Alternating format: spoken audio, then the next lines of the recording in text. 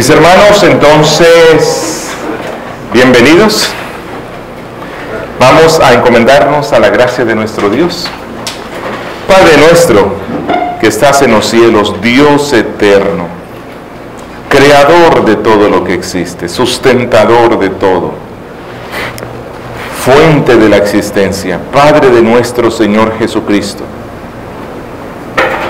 a ti nos dirigimos en esta tarde, agradecidos siempre, porque tus misericordias son nuevas cada día, porque hoy nos has dado la fuerza y el gozo, la fortaleza y la confianza en medio de este mundo malo, de que somos tus hijos, que tú eres nuestro Padre, que nos has reconciliado contigo por medio de tu Hijo, nuestro Señor Jesucristo. Señor eterno, bendícenos en este día, te lo rogamos, en esta sesión última de eclesiología que tendremos aquí. Danos la gracia de tu Espíritu y danos corazones sensibles para no solamente entender estas verdades de manera intelectual, sino que tú lleves esto a una aplicación en nuestras vidas. Que nuestra perspectiva de tu iglesia, de tu novia, de tu esposa, tu labranza, tu edificio, tu cuerpo, que tú nos lleves a una comprensión vívida tal que te amemos a ti aún más, amando a la iglesia. Oh Señor, que si teníamos una perspectiva pobre de la misma, tú ensanches nuestra mente y corazón y que tú nos concedas ser partícipes de la edificación de tu pueblo. Bendícenos hoy, te lo rogamos, en Cristo Jesús. Amén. Vamos a continuar hoy con la exposición que les estuve dando la introducción sobre las marcas. Ya hemos visto cuáles son las cualidades de la Iglesia Universal de Cristo. ¿Quién puede recordarlas? Las cualidades de la Iglesia Universal de Cristo, conforme fueron condensadas en el credo niceno. Creo que por allá alguien se dijo que sí. La Iglesia Universal, todos son regenerados, ¿no? Sí, señora. Sí. Una marca de... Esa es una característica, si todos los miembros son regenerados. Y eso se aplica a la cualidad de que es santa. La iglesia es santa, ¿verdad? Ella es santa, católica, apostólica y romana. No,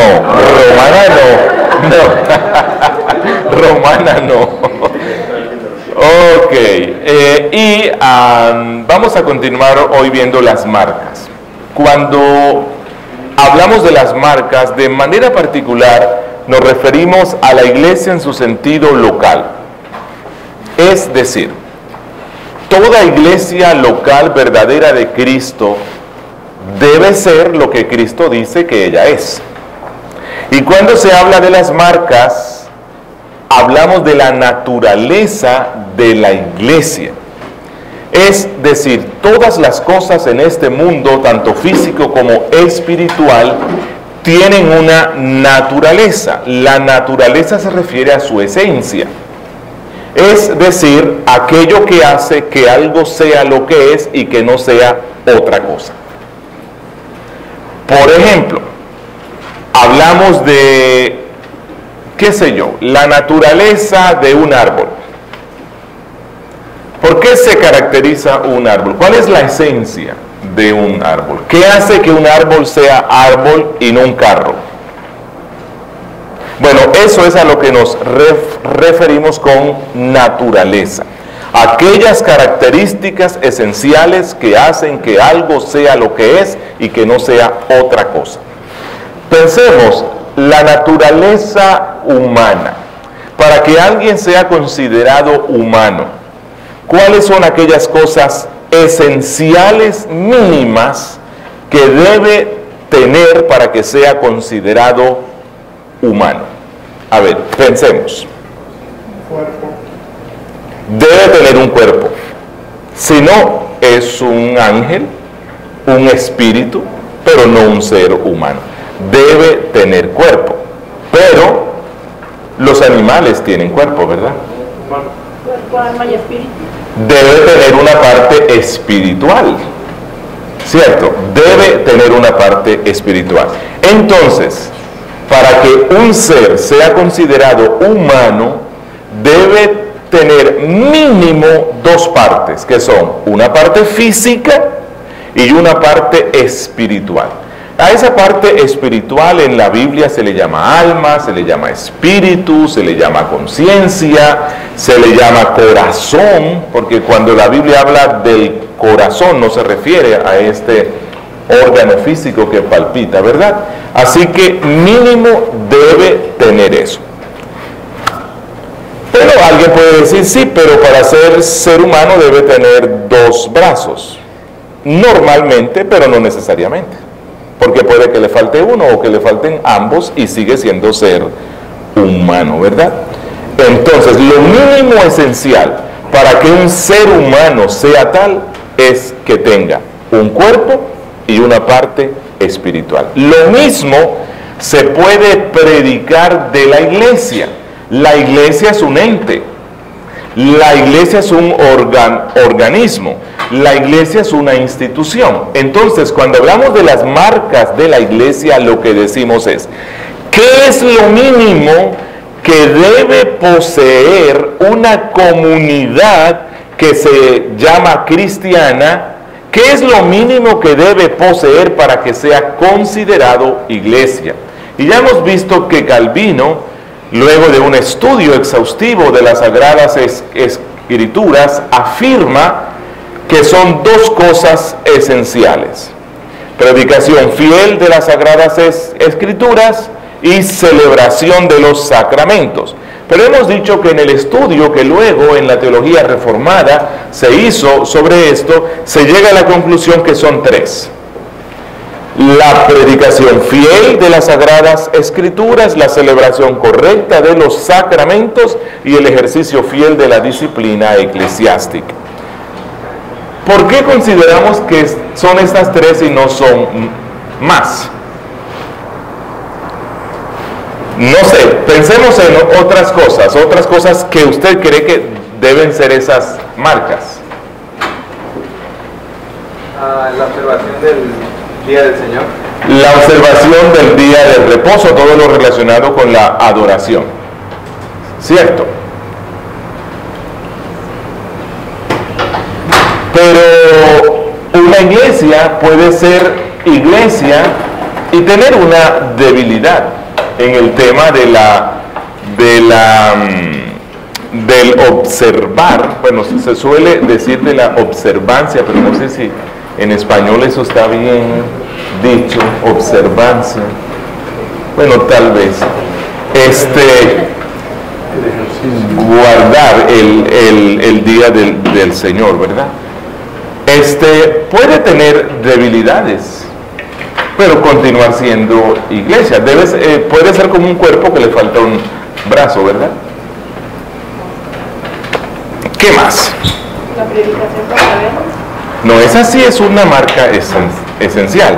Pero, por ejemplo, el tema de los ancianos. Una iglesia normalmente debe tener un consejo de ancianos, pero si no los tiene, aún sigue siendo iglesia. Es deficiente, como dice Pablo, pero sigue siendo iglesia, ¿verdad? Bueno, ¿por qué se llega a la conclusión que son estas tres? Bueno, porque estas tres, a la luz de lo que ordena Cristo y los apóstoles, son una cuestión básica y fundamental de la vida eclesial. Cristo le dice a los discípulos en la gran comisión, una de las cuales está en Mateo 28, toda potestad me ha sido dada en el cielo y en la tierra, por lo tanto vayan, haciendo discípulos a todas las naciones, enseñándoles que guarden estas cosas que yo les he enseñado. Así que la iglesia, para ser iglesia, necesita enseñar las cosas que Cristo nos dio por medio de los apóstoles y profetas. Si no se enseña eso, no es iglesia. Puede ser un club, puede ser un grupo de amigos con fines religiosos, pero si no se enseña eso, entonces no es iglesia, porque Cristo dijo que esa es la misión principal que tiene la iglesia. Y lo mismo se puede decir de las otras dos. Así que se llega a la conclusión, y Calvino dice, estas cosas no pueden existir sino por la bendición del cielo, y toda congregación que tenga estas tres cosas es una forma o un reflejo de la iglesia verdadera de Cristo, de la cual no es lícito separarse ni menospreciarla. Quiero que observemos de una forma rápida en qué consisten estas tres marcas. La primera es la predicación verdadera de la palabra. ¿Qué significa esto? Que una iglesia, para ser iglesia, debe predicar la palabra de Dios de una forma fiel. Podrán darse algunas equivocaciones, podrá haber cierta debilidad en la homilética, incluso en la hermenéutica, pero sus pastores se esfuerzan en predicar lo que la Biblia dice. Les quiero mostrar un ejemplo de qué significa esto de una forma práctica, y con ese fin les ruego por favor me acompañen a Nehemías. Vamos a ir al capítulo 8. Nehemías capítulo 8. Espero, como no es mi Biblia,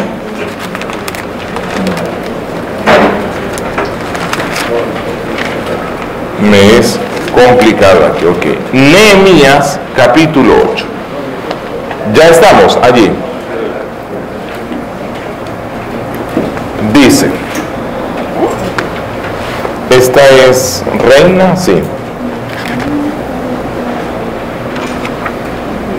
Reina Valera del 60. Perfecto. Dice, venido el mes séptimo, los hijos de Israel estaban en sus ciudades, y se juntó todo el pueblo como un solo hombre en la plaza que está delante de la puerta de las aguas, y dijeron a Esdras el escriba que trajese el libro de la ley de Moisés, la cual Jehová había dado a Israel. Y el sacerdote Esdras trajo la ley delante de la congregación, así de hombres como de mujeres y de todos los que podían entender, el primer día del mes séptimo. ¿Qué está pasando aquí? Bueno, Dios, por medio del imperio persa, concede que los judíos vuelvan a su tierra. El emperador les autoriza que reconstruyan la ciudad, que reconstruyan el templo y que vuelvan a practicar su fe como lo hacían antes de la deportación babilónica. Así que ellos aprovechan esto, reconstruyen la ciudad parcialmente, reconstruyen el templo y van a recuperar esa vida litúrgica que perdieron y que estaba relacionada principalmente con el templo. Así que esto es una reforma, ¿verdad? Es lo que se está dando aquí. Esto es una reforma. Están volviendo a la forma original. Y toda verdadera reforma empieza ¿con qué? Con el libro, con la sola escritura. Eso fue lo que pasó en el siglo XVI. Eso fue lo que sucedió en tiempos del rey Josías. ¿Recuerdan? La religión del cielo se había diluido en medio de una generación hebrea permisiva y apática a las cosas del cielo, y entonces redescubren el libro de la ley y hay una reforma, y la reforma empezó precisamente con la lectura de la Biblia, y eso es lo que pasa aquí. Están reconstruyendo el templo, están reconstruyendo la religión que había sido maltratada a causa de los castigos del cielo en respuesta a la rebeldía de este pueblo, y entonces, si van a reconstruir la verdadera religión, se necesita empezar por la lectura de la Biblia, y se le pide a Esdras que por favor traiga el libro de la ley de Moisés. Quiero que observemos algo importante en el versículo 2. Dice, y el sacerdote Esdras trajo la ley delante de la congregación y menciona 3 categorías, por decir así, de personas que estaban en ese culto. Primero dice que estaban los hombres, ¿cierto? Luego dice que estaban mujeres. Y luego dice que estaban los que podían entender. ¿A quiénes creen que se refiere eso? A los niños. Porque es que Dios, por medio de Moisés, ya en Deuteronomio, había dicho, y esta ley la leerás delante de la congregación a hombres, mujeres y niños. Y es lo que hace aquí Esdras, cumpliendo con esa ley. Y aquí quiero aprovechar para recordarles que las Sagradas Escrituras nos muestran entonces que en el culto de adoración, en el día del Señor, en el día de reposo, los niños no deben ser sacados del culto. En algunas congregaciones se volvió costumbre que mientras están en el culto, los jóvenes y adultos, a los niños, para que no estorben mucho, se les saca y se les lleva para una clase.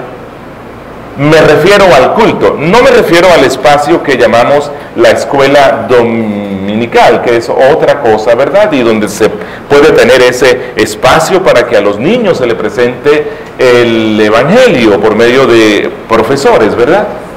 Pero cuando la iglesia de Cristo se reúne en el culto de adoración, deben estar todos. Entonces, hombres, mujeres y niños. Y si se dan cuenta, aquí dice, y los que podían entender. Y ahora, como hemos sido tan influenciados por la psicología, y no estoy satanizando a la psicología, ¿verdad? Si aquí hay alguien que estudió eso, pues no le estoy diciendo que perdió el tiempo. Bueno, tal vez en algunas cosas, ¿verdad? Pero no estoy diciendo eso, ¿verdad? Pero la psicología, que es humanista, las teorías pedagógicas, muchas que son también humanistas, le han metido a la humanidad y a la iglesia la idea de que un niño de 5 años, como solo puede concentrarse durante 5 minutos, no está bien que lo tengamos en un culto de 1 hora y media, porque es que él no puede recordar ni entender todo lo que se dice en el sermón. Pregunto, ¿usted puede recordarme cuál fue el título del sermón del domingo? ¿Usted puede recordarme sin ver en sus notas los puntos de los cuales constó?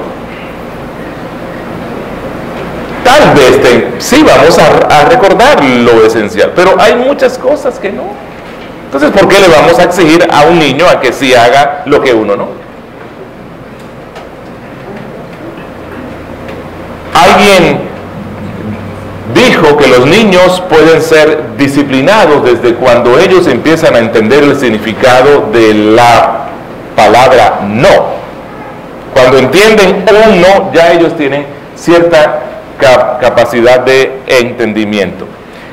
Estoy recordando cuando mi niño, que ya tiene 21 años, tenía 3. Yo estaba con mi esposa y él en el culto, el pastor estaba predicando y mi niño estaba viendo para todas partes menos al pastor. Si entraba alguien y abrían allá, él estaba viendo. Si estornudaba alguien, él estaba... O sea, él estaba viendo para todas partes. Y recuerdo que ese día, al terminar el culto, le dije a mi esposa, no sé si tal vez lo mejor sea que haya una clase para niños muy pequeños durante el culto, porque él aquí no se concentra. Pero Dios me enseñó ese día que los niños tienen una capacidad que los adultos ya no tenemos. Y es que ellos pueden estar escuchando algo, viendo para otro lado y no sé cómo, escuchan eso. Y entonces cuando íbamos ya de regreso a casa, mi hijo me sorprende, de 3 años, y me pregunta: papi, el pastor dijo que Dios nos manda a que amemos al enemigo, porque Él es amor. Y me dice: papi, ¿el diablo es enemigo de Dios? Yo dije: claro que sí. ¿Y entonces por qué no lo ama? ¿Por qué no lo perdona? Ahora, yo no sé qué le contesté, explicarle a un niño de 3 años eso, pero a lo que quiero ir es, ellos entienden más de lo que uno piensa que entiende. Y dice en el verso 3: y leyó en el libro delante de la plaza que está delante de la puerta de las aguas, desde el alba hasta el mediodía. Oiga, este fue un culto de 6 horas, ¿no? Por lo general, el alba es ¿a qué hora? Como a las 6 de la mañana. 5:30, 6, ¿no? Hasta el mediodía. Así que fue un culto aproximadamente de 6 horas. Algo insoportable hoy, ¿no? Bueno, yo no estoy diciendo, no piensen que le estoy enseñando a los pastores aquí que el culto dure tanto tiempo. Pero si se pasa más de la hora que estamos acostumbrados, bueno, no hay que rebelarse, ¿verdad?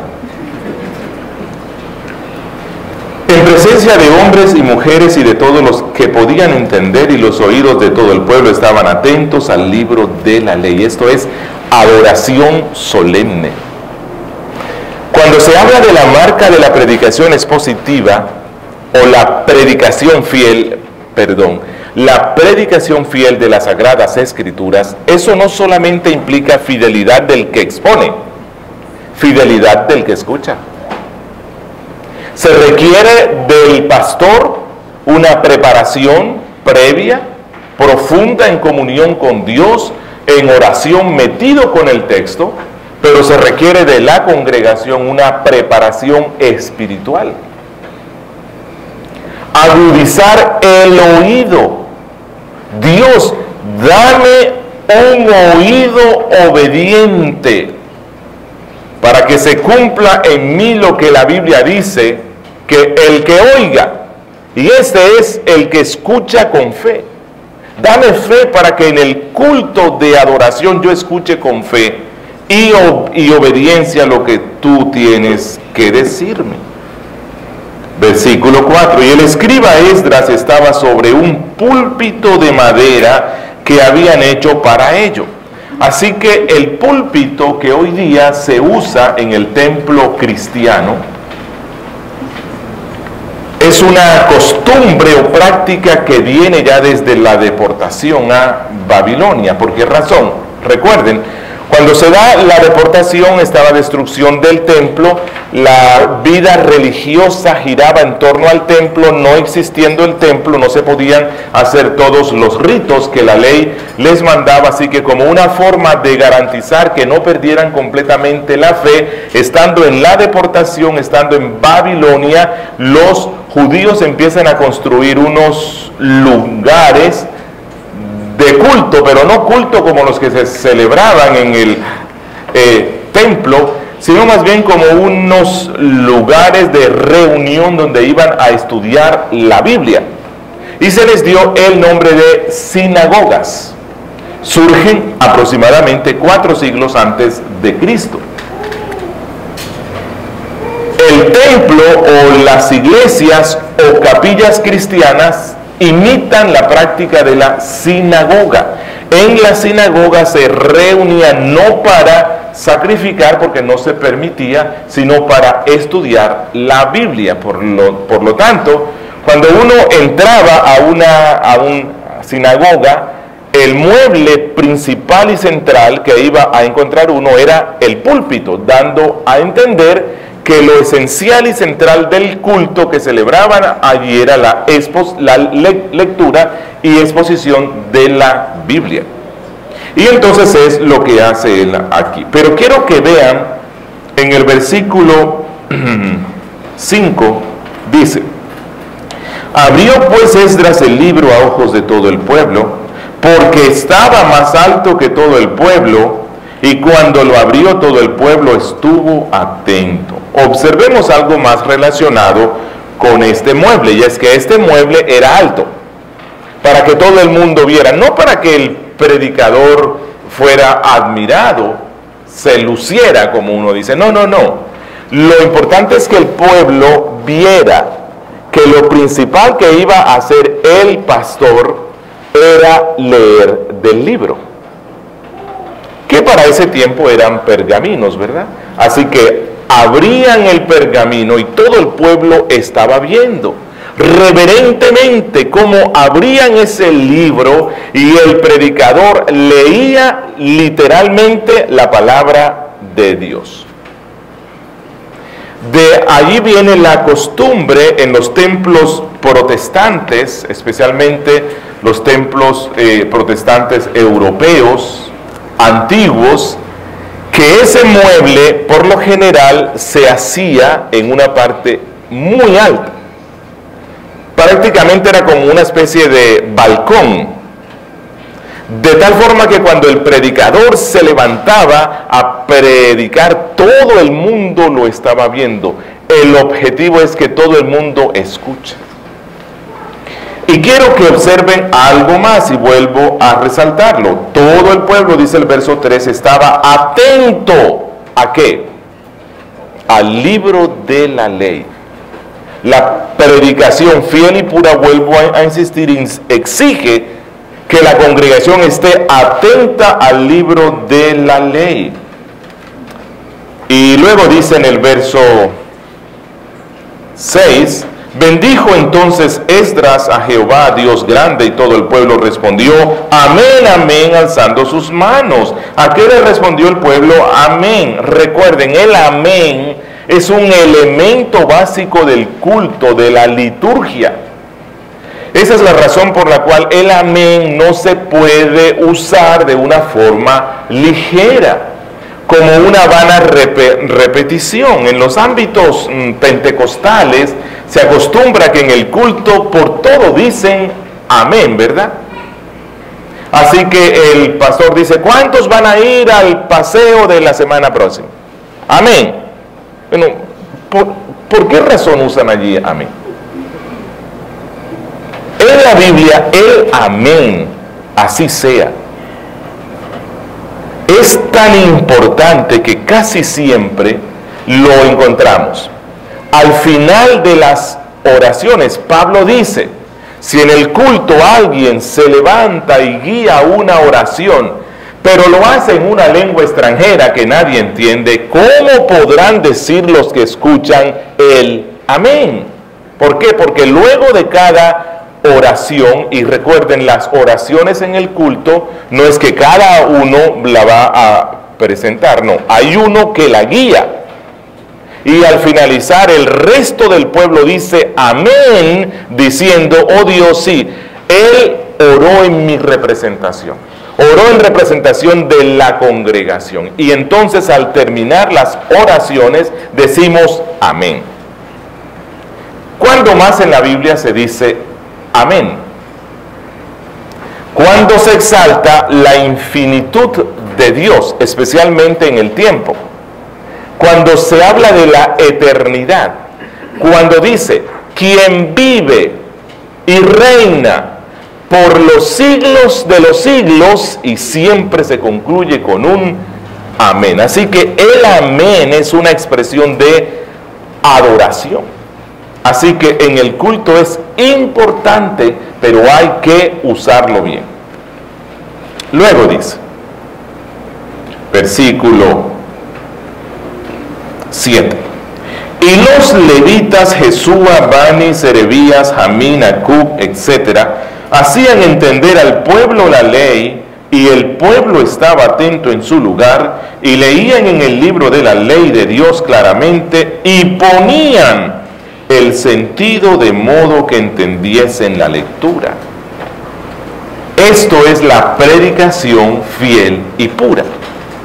Ellos leían el libro y luego lo hacían entender. Esa es la predicación expositiva. ¿En qué consiste la predicación expositiva? Lectura del libro, explicación del libro y aplicación del libro. El pastor pasa toda una semana metido con el texto. ¿Por qué se necesitó ya en el siglo IV antes de Cristo? ¿Por qué se necesitó ya que los predicadores pusieran el sentido de modo que los que escuchan entendiesen la lectura?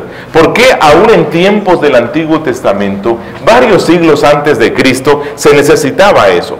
Bueno, porque entre la escritura de la ley de Moisés, que habían sido ya muchos siglos antes, y este pueblo, 4 siglos antes de Cristo, la distancia era muy larga.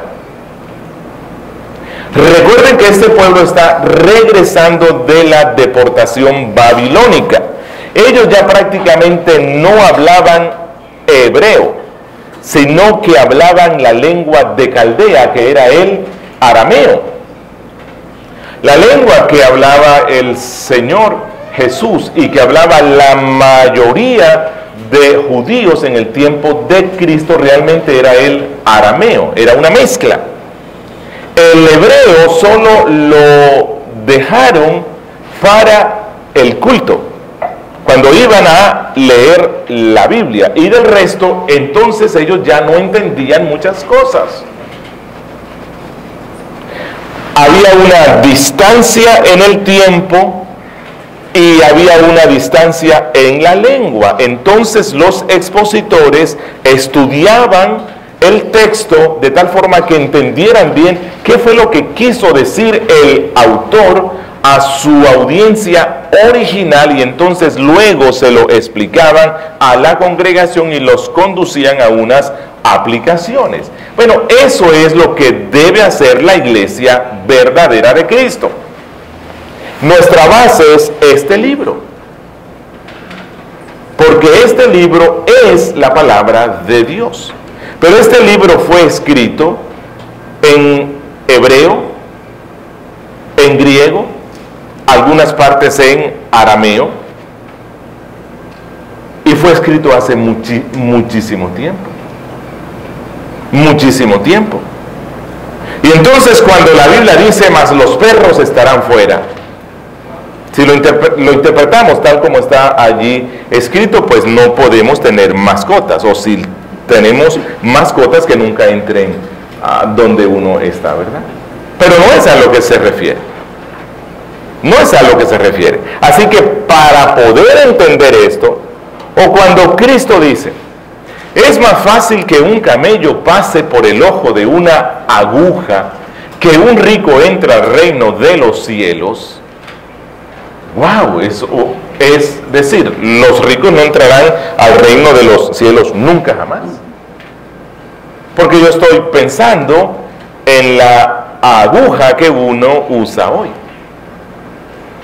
¿Qué se necesita? Bueno, el predicador pasa una semana luchando con el texto, estructurando el texto, tratando de entender la idea principal del libro en el que está, cuál es la relación que ese pasaje tiene con la idea principal del libro, qué papel cumple en el desarrollo de esa idea principal, y hay algunos términos que están en español, pero que tal vez no reflejan todo el significado de ese término en griego o en hebreo, y entonces el pastor, así no sea un experto en griego ni en hebreo, tiene unos auxiliares de hebreo, y entonces él va y los consulta y busca el significado de este término, y entonces él así está preparándose para luego establecer un puente entre el mundo bíblico y nosotros hoy. Por cierto, les recomendaría cuando puedan que lean un libro de John Stott que se llama La Predicación Puente entre dos mundos. Es un buen libro. Bien, entonces la predicación fiel y pura consiste de 3 cosas. ¿Cuáles son? Ya las dije. En el culto, lectura de la Biblia, explicación o exposición de lo que la Biblia dice y luego aplicación de lo que la Biblia dice. Y cuando un pastor hace esto, allí no hay tiempo para chistes. Bueno, es posible que uno diga algo de vez en cuando sin intención y la gente se ría, pero eso es otra cosa, ¿verdad? Allí no hay tiempo para inventar historias. Allí no hay tiempo para contar, es que anoche cené tal vez unas tortillas con mucho frijol y entonces por la madrugada tuve un sueño que fue una revelación del cielo y el Señor me mostró esto. Y no. Allí no hay tiempo para nada de eso, porque usted se concentró ¿en qué? En el texto bíblico y lo expuso. Eso es la predicación fiel. Y le llamamos predicación expositiva, la cual puede ser consecutiva, es decir, tomar libro por libro, no necesariamente en orden de libros, pero sí toman un libro completo y lo exponen capítulo a capítulo, versículo a versículo. Creo que es la mejor forma de exposición. Así el predicador y el pastor no tiene que estar dedicándole tiempo a pensar de qué predicaré el domingo próximo.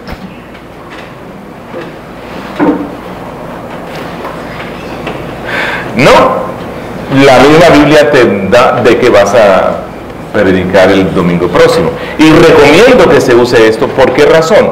Porque cuando los pastores predicamos así, le estamos enseñando a la congregación que en su devocional diario, su devocional familiar, lleven una lectura ordenada de la Biblia y que no lean desordenadamente, ¿no? Hoy donde salga el dedo, ¿verdad? Y entonces abren allí. Judas fue y se ahorcó.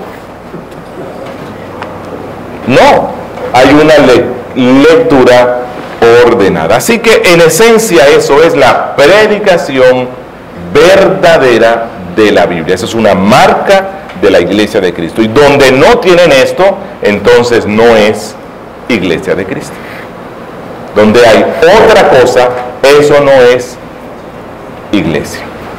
Una segunda marca es la administración correcta de los sacramentos. Pero antes de entrar allí, voy a interrumpir aquí. Uno, para preguntas, y dos, porque nos vamos a tomar una fotografía. ¿Bien? ¿Qué inquietudes hay? Preguntas. Sí, hermana. Dentro de la predicación tiene que aplicarse el evangelio en cada vez que se... Sí, hermana. La predicación esencialmente es la exposición del evangelio, y la predicación, así le estemos predicando a miembros antiguos de la congregación y no haya ninguna visita, la predicación debe contener un llamado a creer en Cristo. Así se le esté predicando a cristianos. ¿Qué otra inquietud, hermana? Entonces, ¿cuál es la manera correcta de usar el amén en la congregación? La manera correcta. Bueno, en las oraciones, cuando alguien ora y se termina, vamos a decir todos amén.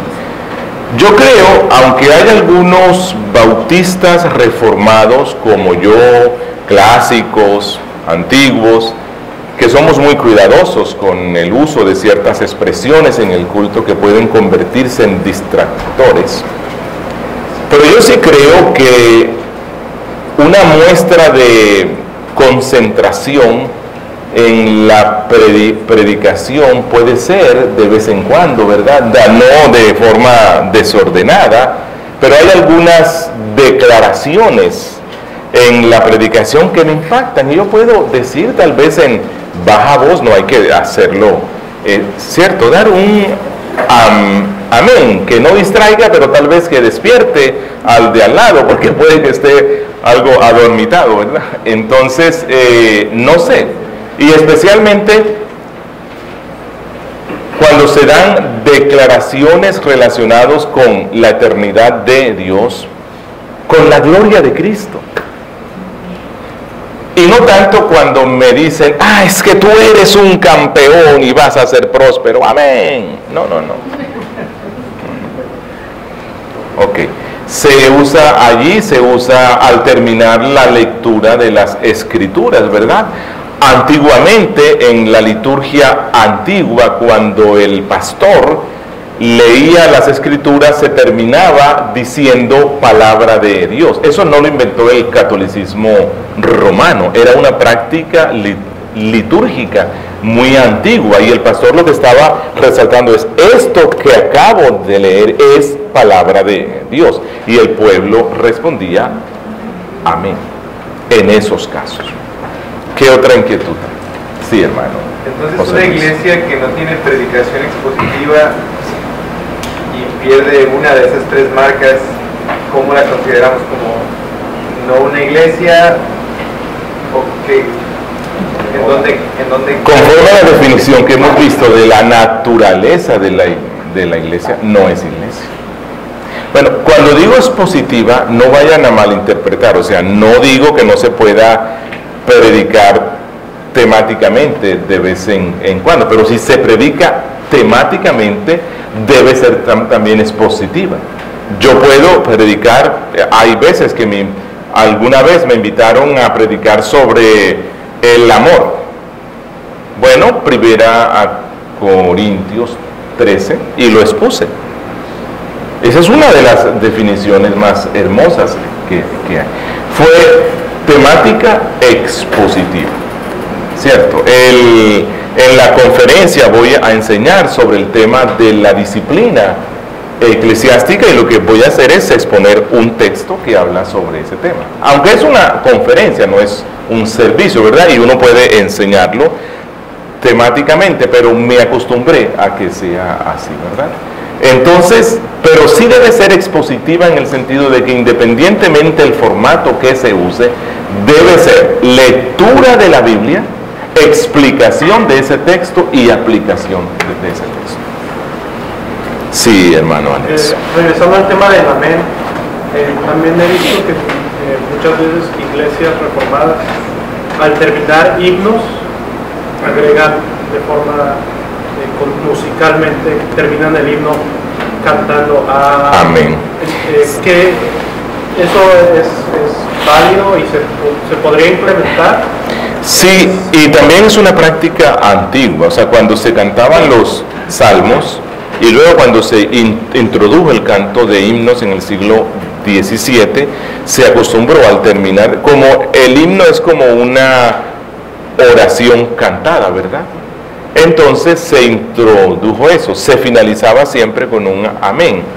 Es la ventaja de cuando se tiene música en vivo, ¿verdad? Entonces el del piano puede tocar esa última parte para que la congregación cante amén. Cuando ya se usan pistas o algo así, casi nunca se puede hacer. Los himnarios tradicionales, casi todos tienen al terminar cada himno amén, y cómo lo va a interpretar el del piano usualmente. Ahí sobre los niños, dijo usted que son elementos que también es como responsabilidad también de la congregación también estar atentos para la predicación. Hay algo negativo para, por decir, cuando los niños salen del culto ahí. Del culto no se debieran sacar nunca, pero yo entiendo que hay niños muy pequeños, ¿verdad? De 1 año, 2 años, que bueno, tenerlos 1 hora y media en el culto les va a dar hambre, hay que cambiarles el pañal, hay veces que les da llanto, y es bueno que las iglesias tengan un espacio de sala cuna donde las madres puedan ir con los niños, atenderlos, calmarlos, alimentarlos. Tal vez se acostumbra que allí tienen un televisor donde ellas siguen escuchando el sermón y luego que el niño se calmó, no se queda conversando con las otras madres, sino que baja nuevamente al servicio. O sea, no es que vamos a ser legalistas inflexibles, no. Su niño tiene que estar aquí, no importa, no hay que ir hasta allá, ¿verdad? Sí. Entonces ya los niños que son como dice usted, que ya son más capaces de entender, entonces ahí ya cae más la responsabilidad de los padres para tenerlos ahí dentro del servicio. O sea, uno tiene que estar con sus hijos allí y enseñarles. Tal vez los primeros domingos ellos habrá que sacarlos y disciplinarlos un poco, cierto, pero ellos se van a acostumbrar,